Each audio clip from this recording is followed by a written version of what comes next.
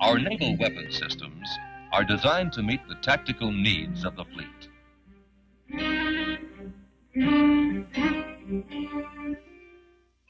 When the enemy threat is limited in strength and speed, there may be plenty of time to prepare for an encounter, time to manufacture, to test, and to repair the components of a system, to assure that it will satisfy the necessary fleet requirements.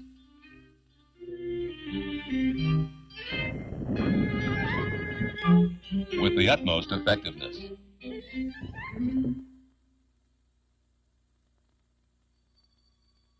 When the enemy threat is greater, there is an immediate need for a greater number of weapons.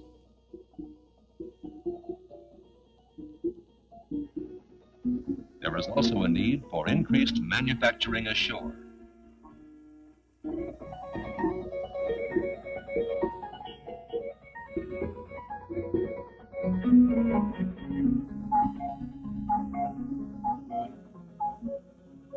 This could result in the loss of a common standard of measurement between the individual manufacturers. The resulting incompatibility between the various components of the system would weaken the tactical effectiveness of the fleet.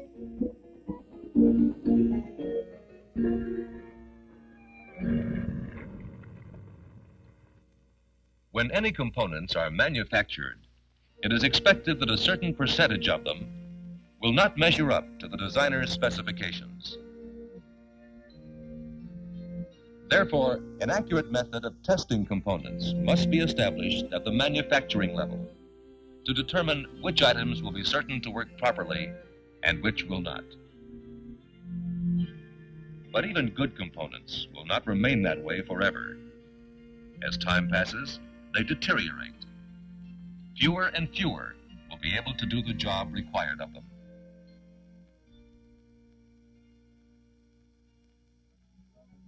Therefore, they must be retested at the fleet level to make sure that the components will always be ready to work as they were designed to work.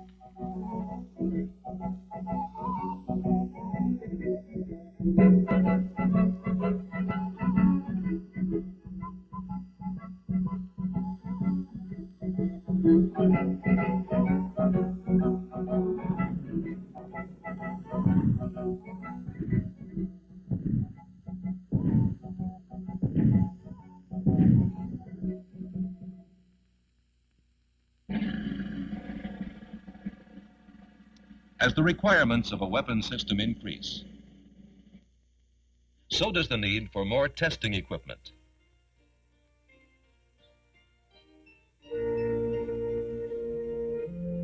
This equipment is produced to operate within specific design tolerances. And like components, test equipment itself decays. And with time, more and more of its instruments are unable to do their jobs.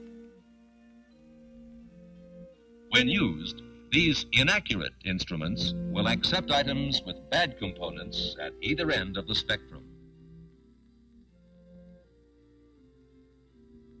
Some of these instruments will drift, accepting bad components at one end,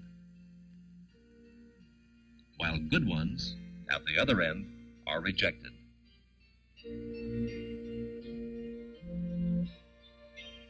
Still other test instruments may behave erratically, accepting and rejecting items at random. Such a wide variation in tests results in costly and unnecessary handling and retesting of good components.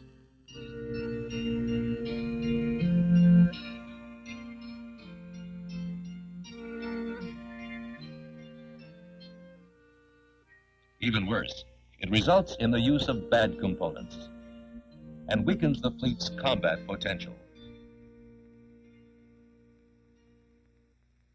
With today's highly complex tactical situations, the combat readiness of a total weapons system depends on the accuracy of adjustments that link its many components and subsystems together.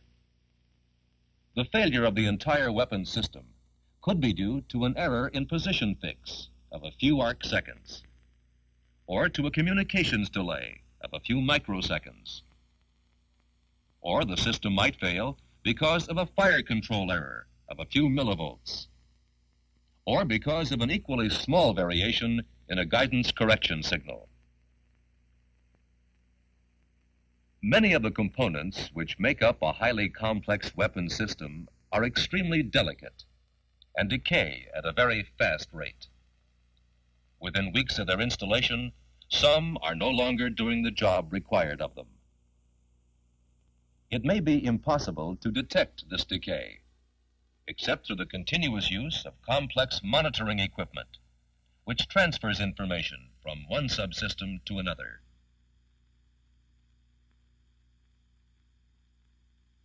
Or by the regular use of test equipment, considerably more precise and delicate than the items under test.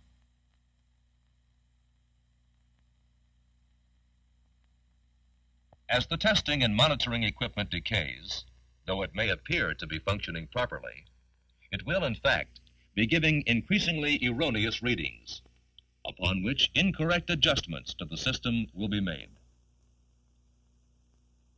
Thus, it is essential that the testing and monitoring equipment itself be tested and adjusted to be sure it stays within its design tolerances.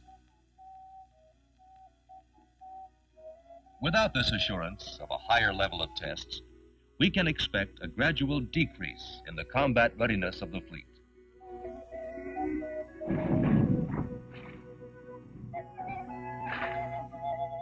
It is the responsibility of the captain and crew of each vessel to maintain the reliability of test and monitoring equipment by arranging for its testing. The job of testing and adjusting items of test equipment to meet their proper tolerances is called calibration.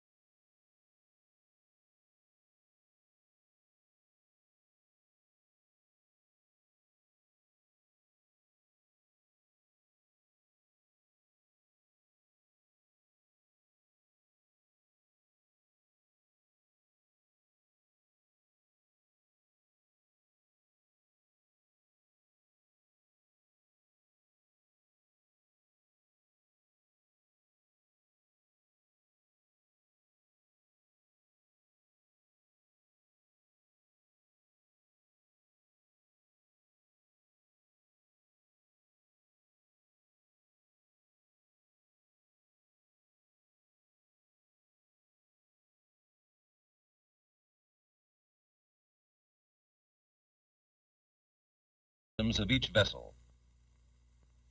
This reliability of a ship's test and monitoring equipment depends on the crew in meeting test requirements and calibration schedules, and on the captain in providing direction for their accomplishment. Actual calibration, or the testing of test equipment, is occasionally performed by the equipment user, but more often it is handled by over 100 Navy calibration laboratories located at contractor facilities, shipyards, air stations, and fleet tenders around the world. These labs are staffed with personnel especially trained in metrology, the science of measurement.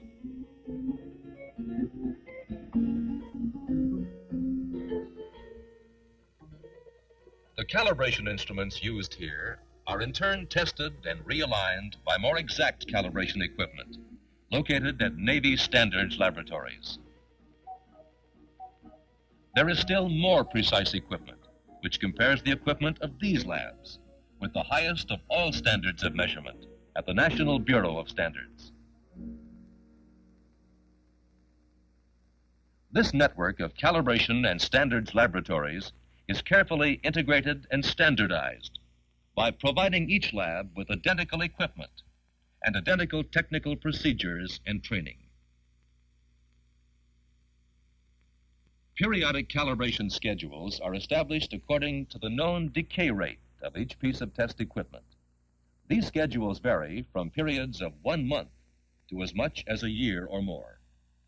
Periodic calibration cuts down on costly and time-consuming rejection and reworking of good items, as well as reducing the erroneous acceptance of bad items. Periodic calibration assures the captain and crew of each vessel that their tests are true tests, that the natural decay within their testing and weapons system will be detected and corrected.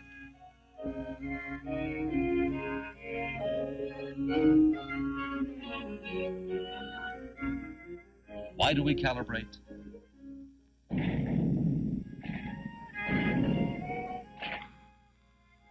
Without calibration, our costs go up and our tactical efficiency goes down. With calibration, we are confident that our test equipment and weapon systems will operate as designed.